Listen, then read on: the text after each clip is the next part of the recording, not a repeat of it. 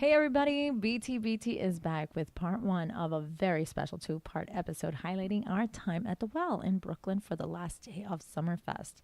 The crew had a great time at the fest, and both part one and part two are jam-packed with special guests from some of the biggest breweries in New York. In today's episode, we get to spend a little time with Matt, who is the head of sales of Big Alice Brewing, Rich, owner and head brewer of Bridge and Tunnel, and Brendan, a sales rep from Sand City Brewing. Now, don't forget, if you like what you hear, please show our podcast some love and subscribe on iTunes and leave us a good rating too. We appreciate all the support. Now, sit back, crack a brew, and enjoy. Cheers.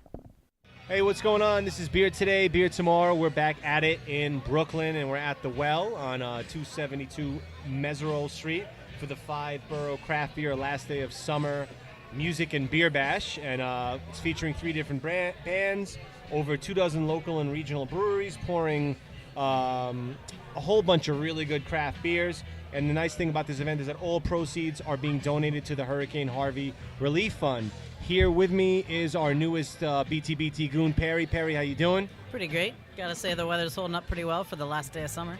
Absolutely. Perry from Pittsburgh, glad to have you back. And just really quickly about the Well. On any given night, the Well carries roughly 200 beers, 60 on tap, 10 champagnes, a wall of liquor, and they have a quarter acre of private outdoor space devoted to special events like the one we're at here tonight. That equates to roughly 11,000 square feet of private outdoor space, and in Brooklyn, that's pretty fucking impressive. And they are open 7 days a week. Now, our first guest of the show, we're very, very happy to bring Big Alice back on the show. We've done a show there in the past. Love Big Alice. Sir, please introduce yourself. Hey, guys. So I'm Matt. I'm the head of sales at Big Alice Brewing Company. We're based out of Long Island City in Queens, and basically we like to make some really fucking awesome beer. Fucking A, man. And how long have you been with the brewery? So I've been drinking at the brewery for quite a few years now, but I've officially been working here for about 6 months. Okay, nice. And what were you doing before you got into the craft beer scene? So before I got into craft beer, I kind of worked a really boring office job. I kind of sat behind a desk, worked in front of a computer, and hated it. So now I work in beer. You made the right decision, my friend. You made the right decision. I'm all about that. And so can you tell us a little bit about the beers you're pouring today? Sure. So today we brought 2 of our favorites at the brewery. First, we brought our Queensbridge IPA. It's just our nice, classic East Coast style IPA. Not too aggressive on the alcohol, so people can have quite a few if they decide to come pay multiple visits. And we brought something that also represents our more funky side of things. It's our LIC Native, which is our coffee pale ale. Basically, that beer, we have a pale ale base, and then we add a cold brew concentrate that we make from a custom roast from another Long Island City business called Native Coffee Roasters. That's right. Nice. So that's real nice and smooth. Get a little bit of a bitterness from the coffee, but it's just like a super mellow beer that's freaking delicious. Excellent. And I actually had I had one of them before, one of your beers. I can't even remember which one I had right now, but I mean, we love Big Alice. Like I was telling you off air, Kyle, I mean, he's been on the show like 4 times, so definitely it's great to have you representing Big Alice here today. So we like to ask this question to our guests when it concerns the beers. Is there like a story behind the name or a story behind the conception of the beer that you're aware of? All right, so this is actually a question we get pretty regularly. Right down the street from us, the giant power plant with the big red and white smokestacks. Yep. They've got, it's essentially nicknamed Big Alice, but Alice is spelled after Alice Chalmers, which is a company that makes one of their power generators in the station. Right. So, if you know a little bit about Kyle's background, he's actually from Wisconsin, where the Alice Chalmers company is based out of. So when the brewery started up, it made sense to kind of connect with the neighborhood and kind of reappropriate the Big Alice nickname of the power plant. Sure. But in terms of the actual branding, to really represent Long Island City, in our name. So instead of spelling it ALLIS, as in the Alice Chalmers company name, we made sure to be ALICE to represent LIC, and Right. rep the neighborhood. Right on. Queens all day, baby. Queens all day. So obviously the beers you guys brought, they're two distinct beers. They're different styles, different types. But if you had to choose, is there one that you would prefer over the other? Ooh, I mean that's a tough question. It's a very tough question. They're very different beers. So like, I gotta say, like, if I'm just if I'm looking to just kind of hang back and drink something without thinking about it too much, I'm probably going with our Queensbridge. But that's the IPA. Yeah, it's our IPA. But if I'm hanging out with somebody who's unfamiliar to our beers or to craft beer and New York City scene in general, I'm definitely going with the LIC native to really show them what craft beer can be, as opposed to what they might be used to seeing around. Sure, that's fair. That's a good answer. So I have to ask, other than Big Alice, obviously, what's your favorite beer? What's your favorite brewery here right now?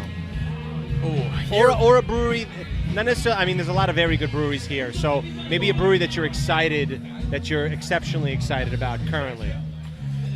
So I'll say I've got two breweries I'd like to point out. First, I'm actually real excited that Five Boroughs Brewing is here tonight. Yes, because shout out they to just Five opened Boroughs. up down in Sunset Park about a month and a half ago. Yep. So I always love seeing other New York City breweries opening up. It's a real great community. So we all want to support each other whenever anybody's out in the scene, putting out good beer, and just like honestly, just representing New York City beer in the best light possible.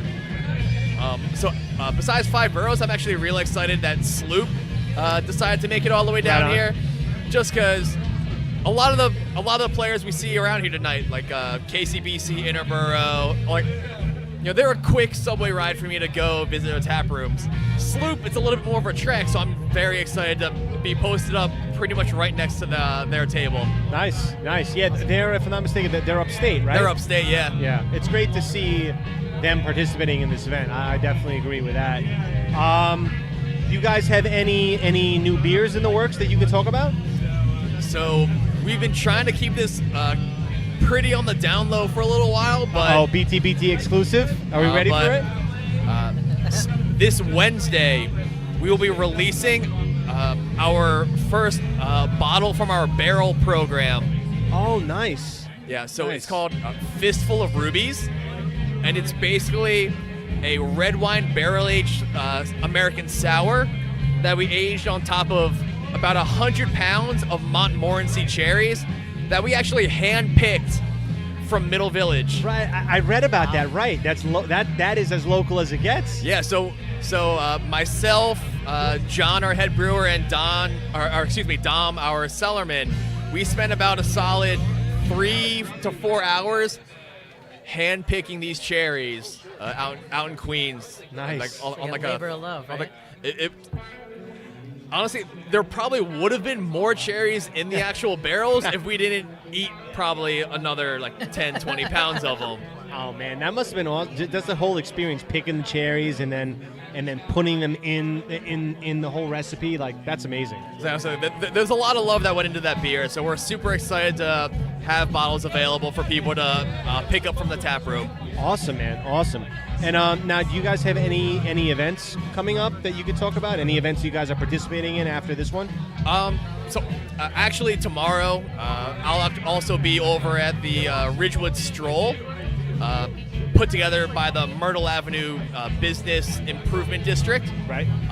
Basically just kind of showcasing a lot of the businesses out on that stretch of Myrtle and Ridgewood and everything. So I'm super excited to be out there with a few of our other Queens-based breweries. So that'll be a nice little afternoon.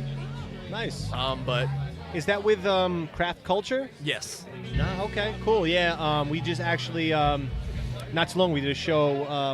There. It's Okay. a very nice place. Yeah, Caesar's always been one of our Caesar's biggest cool. Yeah. supporters. Good dude. So we're always happy to work with him with whatever he puts together. Very cool, very cool. Now I have to ask, growing up, what was a beer that you were drinking when you were young and just getting into beer? What was the beer you were drinking back then? All right, so apart from the standard underage, natty lights and whatever. Yeah. I'm originally a Philly boy, so I gotta say Yingling. Okay. Like, that's what all that was my pride, go-to. right? So I gotta represent. Sure. Nice, man. How early do you think you got onto things like Victory? So what was that? Like, do you know Victory? I think everybody from Pennsylvania knows Victory by now. So I mean, like, that was probably one of my first underage got snuck a good beer kind Okay. of deals. I was just like, was it similar for you, or? well, I know Golden Monkey's definitely done me dirty pretty regularly. we all have that story from here. That's funny. For Queens, way back in the day, it was funny because I had this weird mix where it's like I was fortunate enough to be introduced to these German and Belgian styles, but at the same time I was drinking St. Ides and Old E. So we have our own fair share of stories in Queens about drinking that malt liquor. So. Yeah, man. I mean, is there anything else that you can tell us about Big Alice? Anything else you want to promote? I can say honestly, I just want to let people know to keep an eye out for our barrel age program, because we're really hitting it hard. We've already got 2 more already currently in the works. We've got a grisette and a barley wine. Really? That are going to be coming out, a few months down the road. Are you at liberty to speak on the barley wine at all? I will say 2 things about it. Sure. That barley wine is going to be bourbon barrel aged. Wow. Nice. And the name we came up with is Valley of Ashes. I like the name. And that's actually a reference to The Great Gatsby, which Right. is one of the neighborhoods that they would drive through, which is supposed to be based in Queens. Right. Oh, Wow. Cool. Wow. I love the fact that you guys are doing a barley wine, and I love the fact that you're basing great literary Queens history into it. That's really cool. I've actually, being at the brewery in the past, hearing Kyle talk about it, the whole program, it's exciting seeing it now come to fruition, and that's awesome, man. I think that's something that the whole local craft beer scene can really get behind and really get excited for. And we really appreciate the support and the love. You've been to our space. We're as efficient as we can be where we're at, so we're excited to really push out some really wonderful, exciting beer for people to come and drink. Yeah, man, I love the vibe over at Big Alice. It's a good crew, good group of folks over there, and interesting flavor spectrum that you guys are exploring. And I'm excited to see, what the future holds for you guys. All right, thank you. Perry, any questions and any thoughts for our guest? No, I guess I definitely would echo being excited, because barrel aging, is kind of not really common here in New York from what I've seen. Everybody's all about canning it fresh and getting it out, crushing through it and being done with it. But not as many people maybe, are doing like transmitter, they take their time with their beers.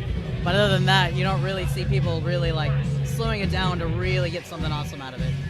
So that's exciting to see in the scene. Sure, and I'll say this, and I don't want to sound sacrilegious because I am a big hop guy. I love IPAs, I love doubles, but I mean there is an oversaturation of it, and you guys do have your IPA, but which I believe is part of a rotating hop series. Is that correct?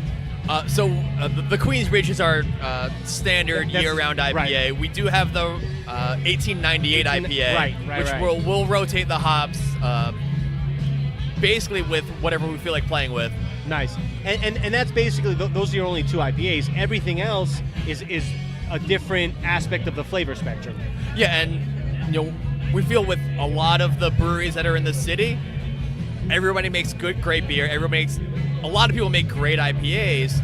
So, we're kind of working towards just being playful and going with very bold, robust flavors that people aren't going to be expecting. So that's kind of our our target with the beers that we want to make. Where yes, we make some very solid IPAs and we love them, but we get the most fun playing around with our more adventurous styles. Very cool, man. Very, very cool. Yeah, man. I mean, is there anything else you would like to let our audience know? Anything about Big Alice you want to talk about coming up, or and about maybe tell us about the Big Alice philosophy? I would say at the end of the day, everybody just drink local, support local. There's a lot of great beer, not just in Long Island City, but Queens, Brooklyn, Manhattan. There's a lot of good beer around here where Absolutely. everybody deserves a visit to their tap room. Yes. And base your opinions on all your visits. You could spend a lot of time drinking in New York and never get tired of it. I could not agree more, man. There's so many great breweries. Being a Queens guy myself, I'm so happy to have seen in the last 5-6 years the explosion on the Queens beer scene, which of course Big Alice is a part of, and it's great to see. And you know what? I'm a big proponent of no matter where you are in the world, we always say drink local, drink fresh, repeat. And thank you guys for doing what you do for the craft culture, man. And again, thank you guys for having us on. We're always happy to hang out and chat with you guys for a little bit. Awesome. Very good. So I see that all of our beers are basically empty, so we need to get some refills and keep this party moving. Thank you so much for coming on the show. We really appreciate it. And please, guys, if you have not yet taken a trip out to Big Alice in Long Island City, please do so. Big Alice is doing some very interesting things, and their new barrel age program coming up. Very excited, especially that barley wine, man. I'm excited about that. So it's going to be good. Absolutely. Very cool, man. Thank you so much. All right, cheers. Cheers. Thanks, man. And we got another special guest on the show. Glad to have you back, sir. Introduce yourself for our audience. That's Rich Castagna, Bridge and Tunnel Brewery. How you doing, guys? We're doing really, really good, man. Thanks so much for hopping up on another episode. You have the moniker of being the hardest working brewer in Queens, and it is the truth. It is absolutely the truth. If you guys heard Rich on the show last time talking about how he built the brewery literally, from the ground up with his bare hands, it is actually amazing. Rich, thanks so much for hopping back on. So let us know, what are you pouring today? We've been pouring our coffee cream ale for a few years now, and we're going to be canning it. But I brought a keg of that, and then for the first time, we're putting on tap our chai milk stout, which is something that I've been working on for actually the past couple of years. I had announced, I think a couple of times on Ale Street News, that I was going to be I was going to be releasing it for the fall, and then I think 2 falls. I pulled back. I did a couple of small batches and then tested it out at the tap room, but I think I finally dialed into what I want, and we're working on a can label for it, and it's gonna be one of our fall offerings. So nice. And before you hopped on, I did have that, and it was interesting. It's definitely a fall beer, and I think for people that are kind of wary of the pumpkin bears, this is an awesome alternative. I prefer this definitely over pumpkin beers. Yeah. So it's definitely an interesting flavor. It's different, but I did enjoy it. I definitely did enjoy it. So you guys got some potentially some exciting things going on at the brewery, right? You have potentially some cannings coming up. Yeah, we're trying to just kind of get this train moving once and for all in a consistent manner. So we're doing more. We're gearing up for more canning on our rig that we built. Working on a couple of tweaks to make it work a little bit faster. I finally hired a full-time guy other than myself. Which was getting to be a stressor with all the different tasks I need to get done during the week, and I'm working till all hours of the night, while having to hustle back to my full-time job in the morning, so it's I finally took that step and, brought somebody on board. And, it's I I think I'd mentioned it the last time when we spoke. It's like this year is like team building is the kind of the mantra. You know, we're trying to really just put the pieces together, and you know, I mean, I could do all the tasks myself, but it's better if we get a whole group of you know, B&T believers, and we all get it done together. You know. Absolutely, and yeah, I mean, you know, it's, you know, when it comes to kids, they say it takes a village to raise a child, but in a way, you know, these passion projects in your personal business, it's kind of like another kid in a way, and right. And you need an army of people behind you to really make it happen. So it's good to see you guys are expanding, and I'm excited to hear about that. And you know, we spoke before you got on the show. You mentioned that you guys are considering getting into cider. Is that something you can talk about? Yeah, man. Yeah. We're going to be releasing our cider that we made last year. In October. I wanted to do it for New York City Cider Week, which is, I believe it's the last week of October. Mm-hmm. But I'm itching to get it on tap. So, you know, my wife says just hold out, just wait till the end, and so that we have a, you know, like kind of a reason to get it on tap, and we can, you know, kind of be a little bit part of the Cider Week. But it turned out, you know, it was our first time making cider last year, and we had a kind of a substandard grinder. It wasn't substandard. It was this very small grinder that I got from a guy upstate, and in the end we ended up grinding like 1,600 pounds of apples, but it would only really effectively do it one apple at a time. Yeah. So I was grinding the apples like that, and we ended up it took us a long time. I mean, it took us like 12 hours to do 100 gallons of cider. So this year, a friend of mine, been friends with this family for a couple of years now, and the guy, he owns an apple orchard upstate, and his nephews are now growing hops. That's how I got to know him. I buy hops from the nephews. And he had a cider press that 2 years ago he wouldn't part with, and he threw me like a ridiculous price for it. Mm-hmm. And then this year, I called him again, and I said, listen, man, I know I keep beating the same drum, but would you be interested? I know you don't want to sell your grinder. I can't afford to buy it. I mean, your press. I know you don't want to sell your press. I can't afford it anyway, but would you be interested in selling your grinder? And he said, you know, man, I hold on to stuff for no good reason. I'm never going to make cider again. So he brought his price down by like 2/3. Wow. Which was like, I got a press and a grinder for the price of what a grinder would be new. Right on. But this grinder is like ridiculous. Like, it's like, we fired it up 2 weeks ago, and it sounded like a freight train running through the brewery. Really, man, it's like I got to work on it because it was this vibration factor, and I like you know, talk about being a bad neighbor. This is like bad neighbor all over again. But we have and I built out 2 weeks ago. I built out a cold room upstate, I have a workshop upstate now, so I built out a cold room in there, and I have 800 pounds of apples sitting in my cold room down in Ridgewood, and another 2,000 pounds of apples sitting upstate. So we're looking at possibly our 100 gallons from last year. We're looking to maybe 300 gallons of cider this year. Holy shit. Yeah, wow, so we're pushing, man. I'm kind of going, like, every Sunday I'm going back upstate, gathering more apples, putting them in cold storage, and hauling ass, you know? Wow. That's awesome, man. Yeah. That's exciting to see kind of that type of expansion. And now you also mentioned that you kind of like reconfiguring the lineup at the brewery for fall. Can you talk a little bit about those kinds of ideas? Well, what we're going to be pulling back on tap, we have a second batch of our Fear City barley wine, mm-hmm. which is it's in the fermenter now, and you know, we'll give it a little bit longer. We'll probably do it like late fall, right, to keg that. We have our chai milk stout, which is the first time it's going on tap. Last week we kegged another batch of our hazelnut brown ale, which we'll have on tap, and we're also going to be doing that in cans.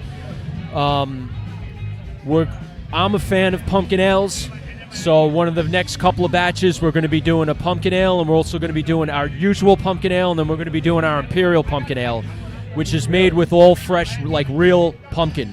We take a week to roast the pumpkin, and then we use it in our brew session. So it's like, it's all real pumpkin, you know. It's not like, you know, whatever other other stuff that's used to simulate pumpkins. Right.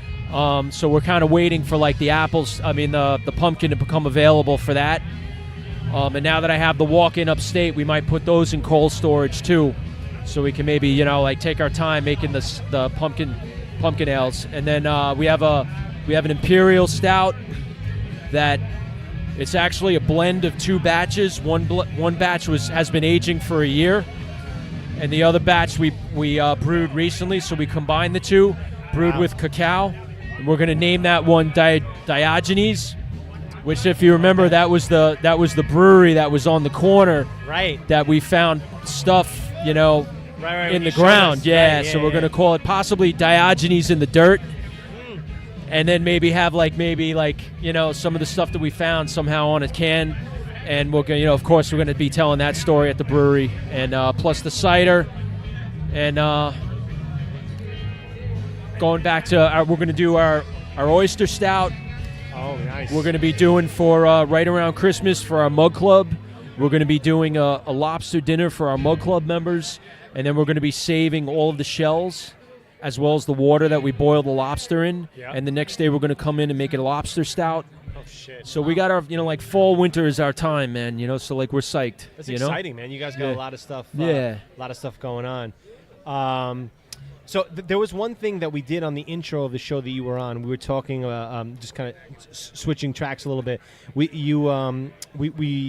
know that you guys, you had this interesting story behind the hot liquor tank, right? That it used to be in a Chinese food restaurant. Yeah. And then when you guys pulled it out, like it ended up getting like dented by. Can you kind of just kind of give us a glimpse of that story? Yeah. I think I find that so fascinating. Yeah. Well, I mean that was when I was in the nano days. So it was back in the day, right? So I had two 55-gallon drums that eventually became my mash tun and my boil kettle. But I went all the way out to Allentown to this other brewery to get them, and I drove them back in my Volkswagen Jetta with these two tanks behind my head, and like the guys wanted me to take a third tank, and I said, look, man, it wasn't too, it was still around like. There was still like that September 11th, like kind of like freak out kind of thing. Yeah. And I was stressed out. Like it looked like I was driving through with like gasoline or something like that. Right. And I was like, man, if I like drive through the Holland Tunnel, I'm going to end up getting shot with this. I was like stressing out approaching the Holland Tunnel with these tanks. It was like something out of like Road Warrior, So I said, you know what? I got to find another source. So I ended up finding on Craigslist this like god-awful like it was a pot, and it turned out that it also was about 55-gallon capacity, but it was dented, and the guy had literally backed his car into the tank. And it had Chinese food at the bottom of the tank, all like grubby and nasty and shit. Wow. And then I said, what is this guy what is he gonna charge me for this tank? I know it's stainless steel.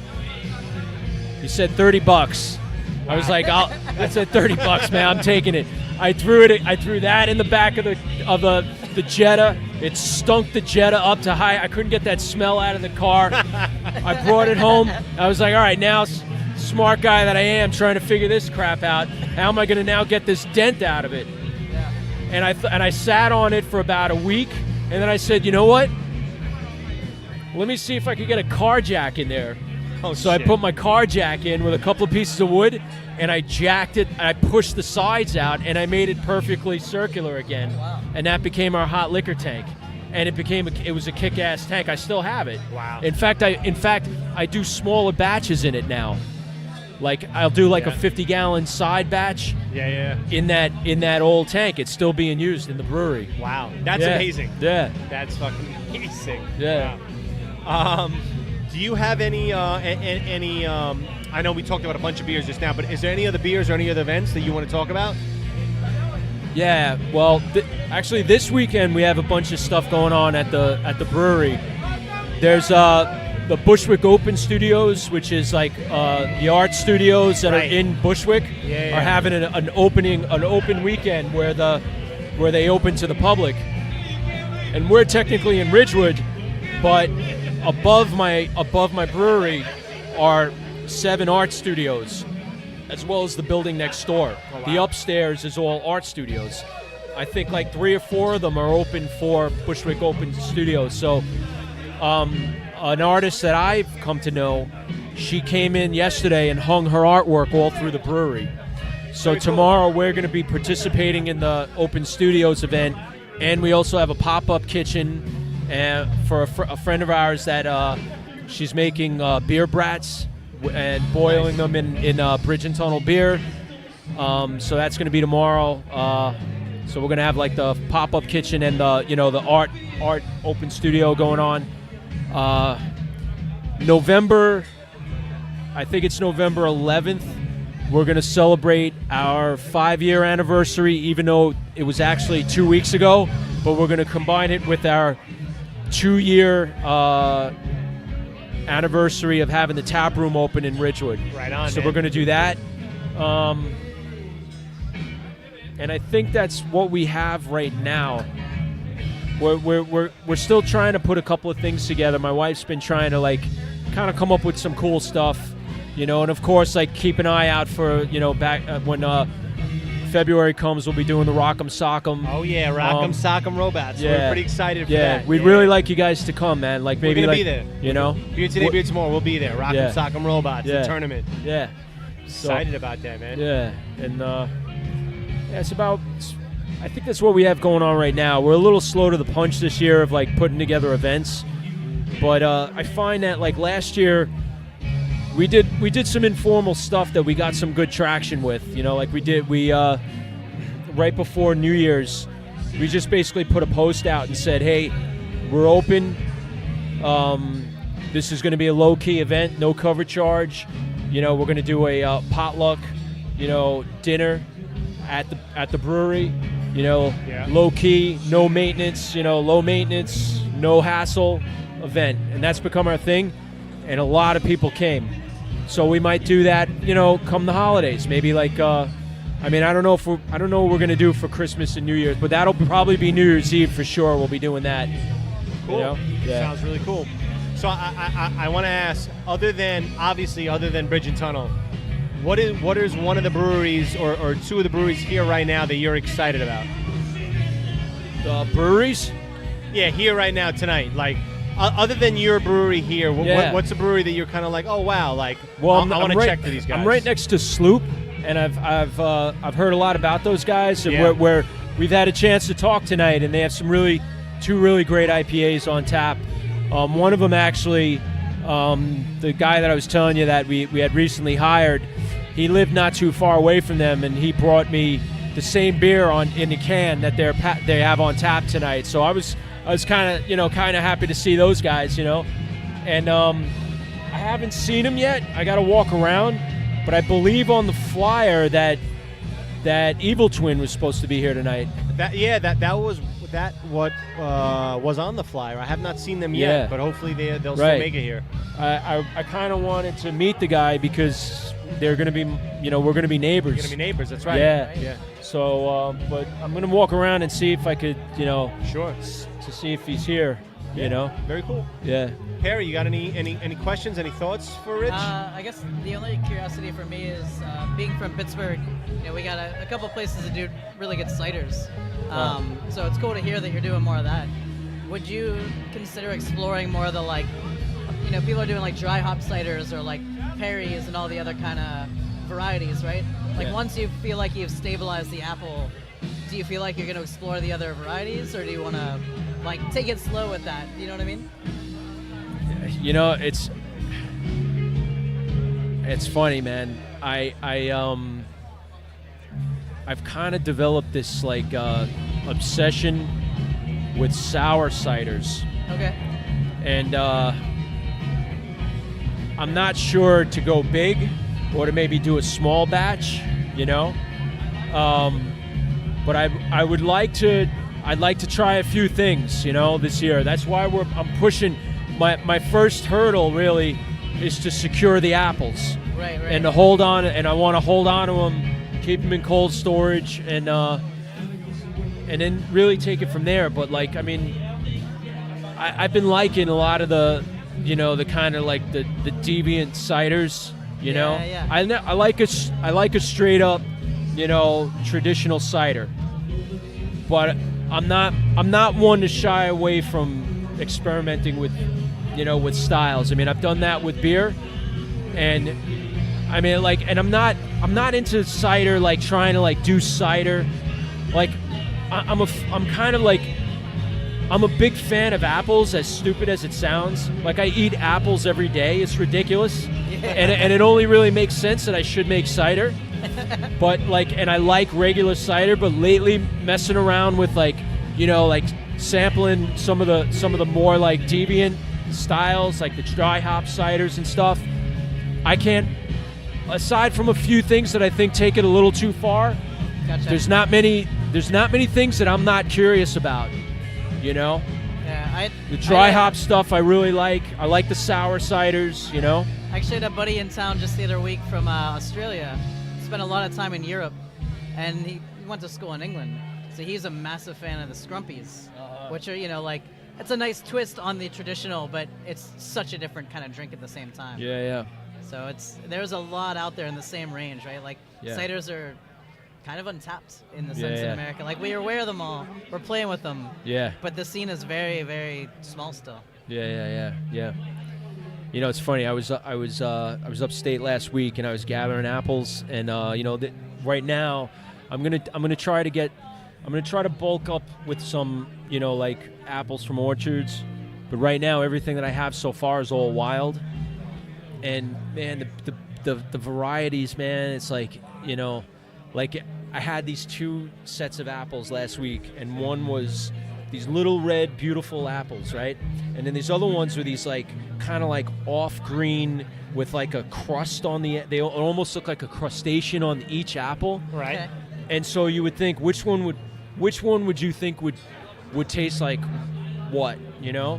And you would think for sure the reds have to be so sweet, and you have these gnarly, ugly apples have to be probably, a tough bite, And it was the reverse. The green gnarly apples were so sweet, and the little red ones were like tannin, bomb. You know what I mean? They were so bitter. And then so I was like, wow, I was surprised with that. So then I was as I was working, I was taking a bite of the sweet one and a bite of the tannic apple, and basically chewing them at the same time, and it was such a nice as they combined, it was I'm so glad we got some of these little reds, Right. Yeah. Right on. Man. That's awesome. Yeah. Awesome. So, Rich, is there anything else that you would like to leave our audience, just to let them know about Bridge and Tunnel? Anything you want to talk about? Anything you want to leave us with? Well, yeah. I mean, we'd love to have you guys come by and check out our tap room. I mean, we're kind of known for a spot that's not going to, beat you up too much. I mean, we try to keep our prices at roughly about $5 a pint, and we'd love to see you guys come by. If you haven't been to Bridge and Tunnel, we're at 1535 Decatur Street. We're right off the L line, off the Halsey stop. It's not far from anywhere in Queens and easy to get from if you're coming from Brooklyn and the city. So, stop by, man. We're a low maintenance tap room. You can bring your own food, bring your dog, bring your kid. It's all good with us, man.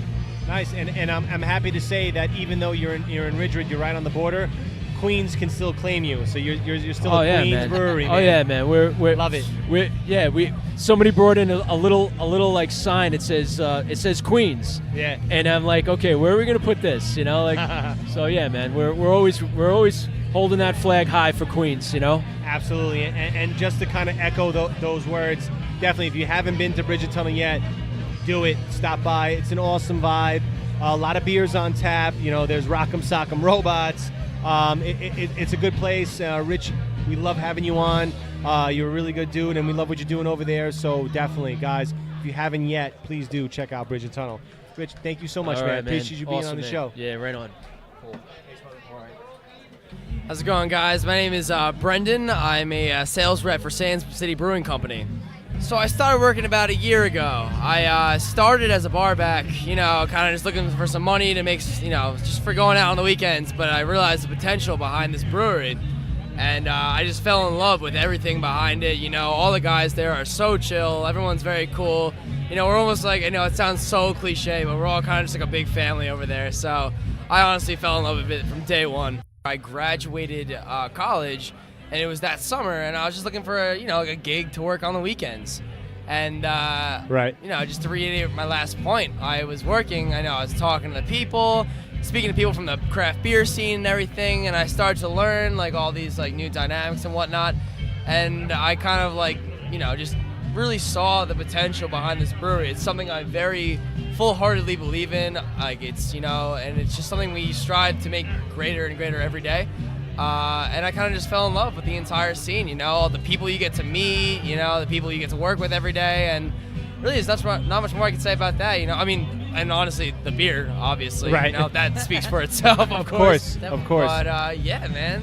So absolutely, man. And speaking of which, so what are you guys pouring today? So today we're pouring Mofosaic. It's a single hop IPA, and it's one of our brewmaster, his name's Kevin Seiler, guy makes phenomenal beers. It's one of his favorite beers that we brew, so we figured we had to showcase that. And then we also figured if we're going to showcase that, we might as well bring what I like to call its bigger brother over, which is Even Mo Mofo, the double dry hop version of that. Love the name, by the way. Oh, great name, right? People get a kick out of that. Just grabbed one of those. It's pretty tasty. Oh, yeah? Awesome, man. I'm glad you enjoyed. Yeah, it's just a phenomenal beer. It's honestly one of our highest rated beers on social media. So figured, all right, got to give that to the public, right? And it's also one of my personal favorites. So may have been a little biased there.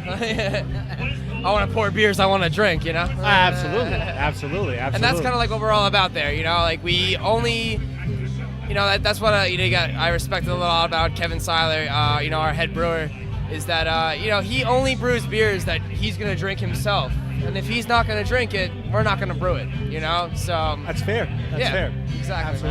Absolutely. Exactly. Yeah. So I have to ask, other than you guys, is there a brewer here that you're excited about trying their beers? Absolutely. I mean, I haven't even taken the full lap yet. Oh man, it's still a work in progress for me. I know I'm slow. I'm behind. I'm definitely behind. But it's early. Yeah, you get time. I mean, they're just breweries that right out of my mind. You got like Equilibrium. I've had some amazing. Basically every can I've gotten from those guys has blown me away. I've heard so many good things about them. They're phenomenal. You definitely check them out. Finback. Great, great brewery. We actually did a collaboration with them, so those guys are great. We love those guys.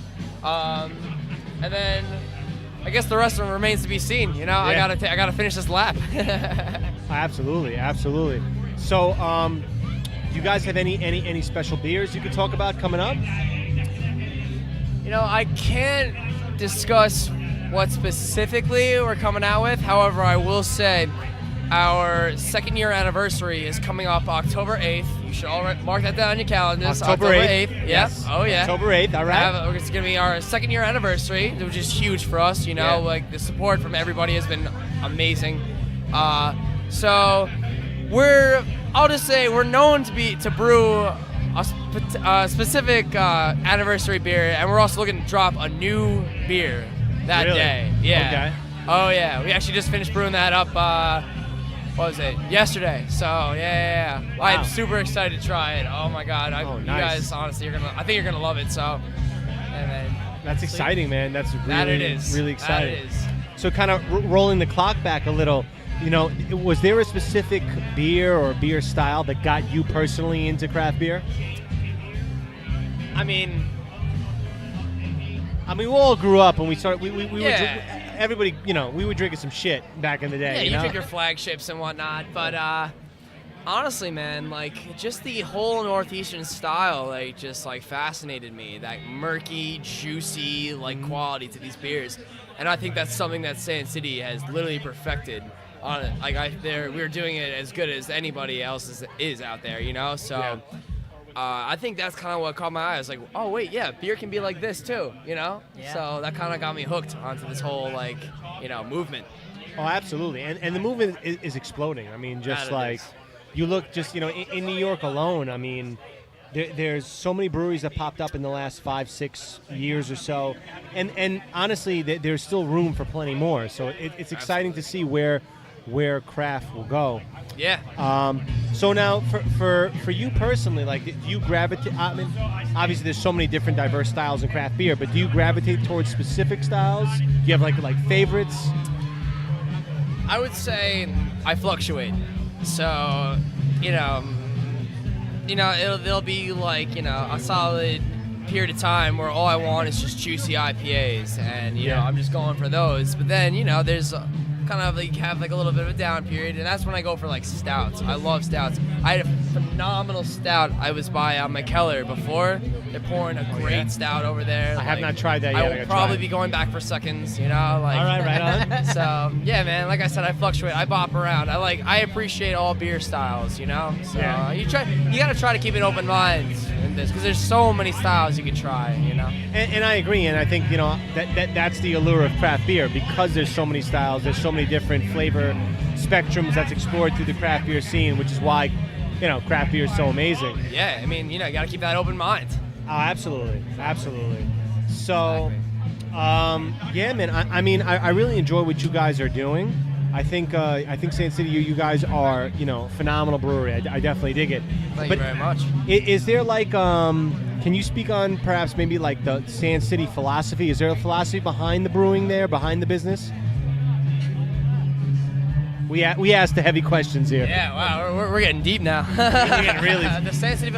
So. Do you need to finish the beer first? Yeah, exactly. Yeah. And by the way, what are you drinking right now? Which one? I'm drinking the Even Mo Mofo. It's honestly one of my favorite beers that we make. I think I said that before, but honestly, this is one of the first beers that I realized, like, oh wow, they're up to something over at Sand City, Yeah. But for your question, I'm sorry, I'm just forgetting your question. Well, I'll give you this random. Philosophy. Let me. Yeah. So, it's kind of like we kind of play into the whole story of our town. So just give you the really quick Spark Notes version of it. Sure. We basically, our town on Long Island was like a sand mine. They would mine sand and then go and convert that into concrete, and that's what built the roads and skyscrapers in Manhattan. Yeah. And it's on our, it's on our website. It's kind of like our mantra, almost like taking something infinitesimally small and making it something great, And so we're all about that. We're a very small brewery, but we're trying to make a big, great name for ourselves. And I think we've done a pretty good job at that thus far, Oh, yeah, man. It's funny. We did maybe about 5 months ago or so. We did an event with Starfish Junction Productions. It was a beer fest. Okay. And it's funny. You asked the question, who brings beer to a beer fest, and beer today, beer tomorrow. And one of the beers we had was, I believe, the Sand City, the IPA, the Mofo, and we would just slamming that back. And honestly, like, there was a lot of good beers at the event, and that beer that we brought, which happened to be yours, was one of the best beers there of the night. Oh. And we knew right then and there, we're like, you guys are onto something. You guys are doing some good shit. Yeah, man. It's not just all talk. No, not at all. You guys are doing some really good beers. We're big on letting our beer speak for itself. That's for sure. And I think in the craft beer scene, that's what it is. I mean, there's a lot of different people, a lot of different breweries have a lot of different levels of support. They have a lot of different backstories. But at the end of the day, you got to make good beer. If you make good beer, it'll speak for itself. And exactly. And the simplest business model, Absolutely. And as you know, you guys do make good beer. Yeah. It's great for me as a salesman, because it's the easiest product to sell. If it's like the best beer, it's the easiest thing to sell. I can only imagine. It's like, great. You walk in, I got beer. You like beer? I got fucking beer. Yeah, exactly, man. Perry, man, you got any questions, any thoughts for Sand City, homie over here? I mean, I guess the only thing, I actually haven't heard of you until tonight. So, are you guys distributing around the city a lot, or is it like, what kind of distribution do you have? Because I don't know yet. So I kind of do like that's my end of the business. I do like our distribution and account managing and whatnot. Our production currently isn't at the capacity to meet the demands of like a city bar, a Manhattan bar. Gotcha. However, we are looking at expansion in the very near future, so keep an eye out for us. We will be around. Our next goal most likely is to be a presence in the city. Right. All right, yeah. Awesome. All right, yeah. Good to hear. Very cool, man. And we're looking forward to that. So, so we talked about some special beers. So, Is there a particular canning coming up that we can look out for? Come on down to the anniversary and see for yourself, man. Okay. All right. Very, very cool. Is there anything you want to leave our audience with? Anything that our audience you feel they should know about Sand City Brewing beyond what we just discussed?